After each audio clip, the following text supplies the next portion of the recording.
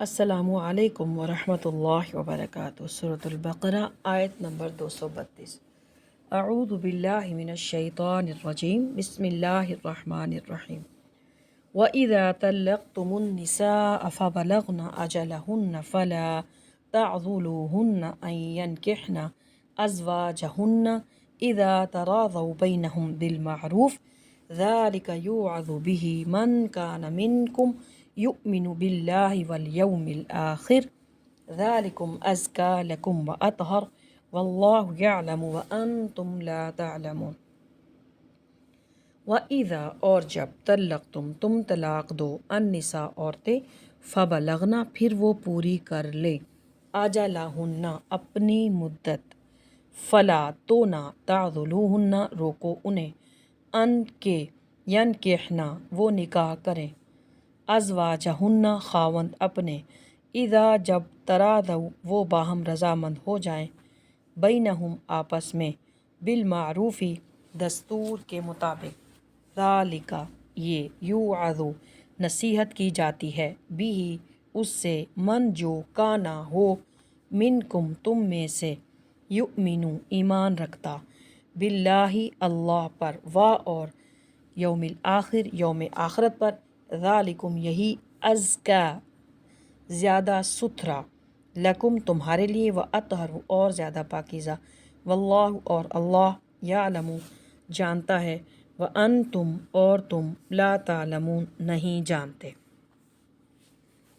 اور جب تم اپنی عورتوں کو طلاق دے دو پھر وہ اپنی عدت پوری کر لیں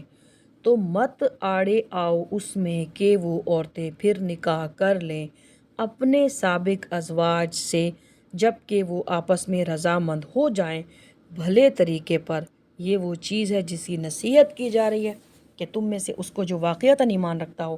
اللہ پر اور یوم آخرت پر یہی طریقہ ہے تمہارے لیے زیادہ پاک اور زیادہ عمدہ، اور اللہ جانتا ہے تم نہیں جانتے۔ وَإِذَا طَلَّقْتُمُ النِّسَاءَ فَبَلَغْنَ أَجَلَهُنَّ فَلَا تَعْضُلُوهُنَّ أَن يَنكِحْنَ أَزْوَاجَهُنَّ إِذَا تَرَاضَوْا بَيْنَهُم بِالْمَعْرُوفِ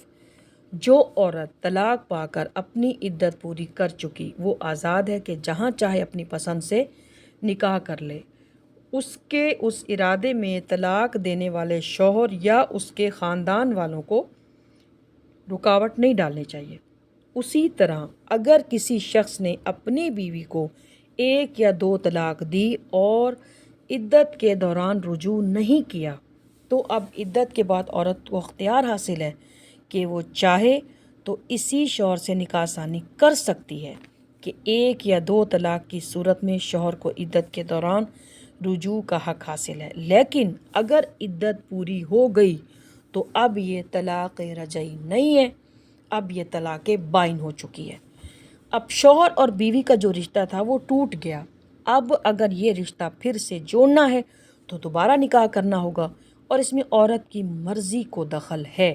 عدت کے اندر رجوع کی صورت میں عورت کی مرضی شامل نہیں ہے، مرد کو حاکم بنایا گیا ہے۔ اگر وہ طلاق کی عدت کے درمیان دوسری طلاق کے درمیان اگر وہ رجوع کر سکتا ہے تو عورت منع نہیں کر سکتی، لیکن اگر عدت پوری ہو گئی ہے اب عورت کو اختیار اللہ نے دیا، یہ اللہ کی بنائی ہوئی حدیں ہیں، لیکن عدت کے بعد اب عورت کو اختیار ہے کہ وہ چاہے تو اسی سابق شوہر سے نکاح ثانی کر لے اور چاہے تو اپنی مرضی سے کسی اور شخص سے نکاح کر لے۔ البتہ تیسری طلاق کے بعد جب عورت اس کا نکاح کسی اور مرد سے نہ ہو جائے اور وہ بھی اسے طلاق نہ دے دے سابق شوہر کے ساتھ اس کا نکاح نہیں ہو سکتا۔ اس آیت میں یہ ہدایت دی جا رہی ہے کہ طلاق بائن کے بعد اگر وہی مرد اور وہی عورت پھر سے نکاح کرنا چاہیں تو اب کسی کو اس میں آڑے نہیں آنا چاہیے۔ عام طور پر عورت کے قریبی رشتہ دار اس میں رکاوٹ بنتے ہیں اور کہتے ہیں کہ اس شخص نے پہلے بھی تمہیں ستایا تھا، اب تم پھر اسی سے نکاح کرنا چاہتی ہو، ہم تمہیں ایسا نہیں کرنے دیں گے۔ ذَلِكَ يُوعَظُ بِهِ مَن كَانَ مِنكُمْ يُؤْمِنُ بِاللَّهِ وَالْيَوْمِ الْآخِرِ جس کے اندر ایمان نہیں ہے ان کے لیے یہ ساری نصیحت گویا بھینس کے آگے بین بجانا ہے جس سے انہیں کوئی فائدہ نہیں پہنچے گا۔ ذالکم ازکیٰ لکم و اطہر واللہ یعلم وانتم لا تعلمون۔ لہٰذا تم اپنی عقل کو مقدم نہ رکھو بلکہ اللہ کے احکامات کو مقدم رکھو۔ مرد اور عورت دونوں کا خالق وہی ہے،